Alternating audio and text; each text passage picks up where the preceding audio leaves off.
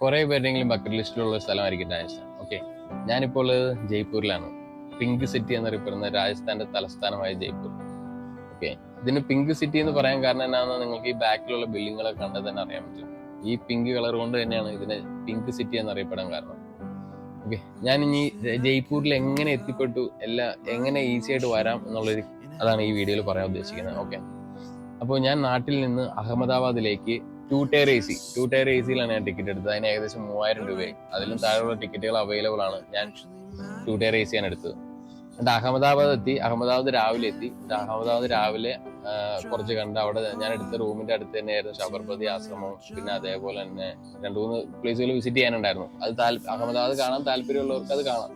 എനിക്ക് എന്തെങ്കിലും ടൈം ഉള്ളതുകൊണ്ട് ഞാൻ ഒന്ന് അഹമ്മദാബാദ് കറങ്ങി.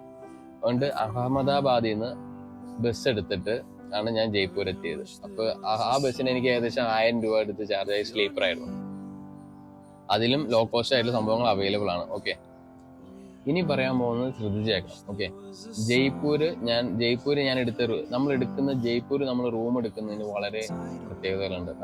നമ്മൾ എടുക്കുന്ന സ്ഥലത്ത് നിന്ന് ഈസി ആയിട്ട് അവൈലബിൾ ആയിട്ട് ഈസി ആയിട്ട് ആക്സസ് ചെയ്യാൻ പാകത്തിനുള്ള റൂം ആയിരിക്കണം നമ്മൾ എടുക്കേണ്ടത്. അല്ലെങ്കിൽ എന്ന് വെച്ചാൽ നമ്മൾ ഔട്ടറാക്കി ഒരു 1000 രൂപ ഡിഫറൻസ് നോക്കി ഔട്ടർ പോയി റൂം എടുത്തു കഴിഞ്ഞാൽ നമ്മൾ ഓരോ ഇടത്തേക്ക് പോകാനായിട്ട് നമുക്ക് നല്ല രീതിയിലുള്ള ഓട്ടോ ചെലവും കാര്യങ്ങളും വരും. ഓക്കെ, അപ്പൊ ഞാൻ അതിനു വേണ്ടി ചെയ്ത ഒരു ഷോർട്ട് കട്ട് ഞങ്ങൾക്ക് പറഞ്ഞുതരാം. അപ്പൊ ഞാൻ എടുത്ത റൂം എന്ന് പറഞ്ഞു കഴിഞ്ഞാൽ ഹോട്ടൽ സ്വീറ്റ് ഡ്രീം എന്ന് പറഞ്ഞ ഹോട്ടലാണ്. ഇത് നെഹ്റു റോഡ് ഏകദേശം സെന്ററായിട്ട് ഹവാൽ മഹലിന്റെ ഒക്കെ അടുത്തായിട്ടാണ് ഈ റൂം വരുന്നത്. അപ്പോൾ ഈ റൂമിന് എനിക്ക് ചെലവായത് 2 ദിവസത്തേക്ക് 2300 രൂപയാണ്. അപ്പൊ അത്യാവശ്യം നല്ല റൂമാണ്. booking.com വഴിയാണ് ഞാൻ ഈ റൂം എടുത്തത്. Okay, hotel sweet dream.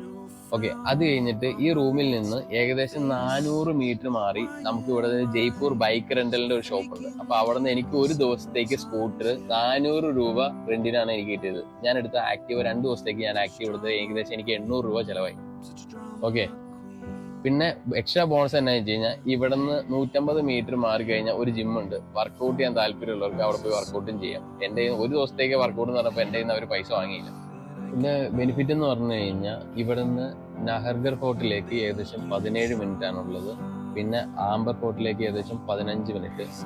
ജൽമഹലിലേക്ക് ഈ റൂമിൽ നിന്ന് ഏകദേശം 13 മിനിറ്റ്. എല്ലാം സ്കൂട്ടറിൽ പോകുന്ന കാര്യമാണ് ഞാൻ പറയുന്നത്. പിന്നെ സിറ്റി പാലസിലേക്ക് 5 മിനിറ്റ്. ആവാ മഹലിലേക്ക് 3 മിനിറ്റ്. നടന്നു പോയാലും ഏകദേശം ഒരു 3 മിനിറ്റ് ഒക്കെ എടുക്കുന്നുള്ളൂ. ഓക്കെ, അപ്പൊ നിങ്ങൾക്ക് ഈ മെയിനായിട്ട് ജയ്പൂരിൽ 5 സ്ഥലങ്ങളാണ് എനിക്ക് ഏറ്റവും ഇഷ്ടപ്പെട്ടത്. നിങ്ങൾ വരുവാണെങ്കിൽ ഈ 5 സ്ഥലം എന്തായാലും മസ്റ്റ് ആയിട്ട് കാണാൻ ശ്രമിക്കുക. ബാക്കിയുള്ളതൊക്കെ നിങ്ങൾക്ക് ടൈം ഉണ്ടെങ്കിൽ വിസിറ്റ് ചെയ്യാം.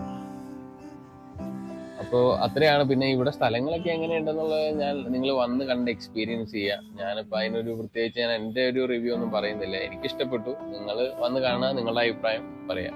ഓക്കെ, എന്തെങ്കിലും ഡൗട്ട് ഉണ്ടെങ്കിൽ കമന്റ് ചോദിച്ചാൽ മതി. Thank you.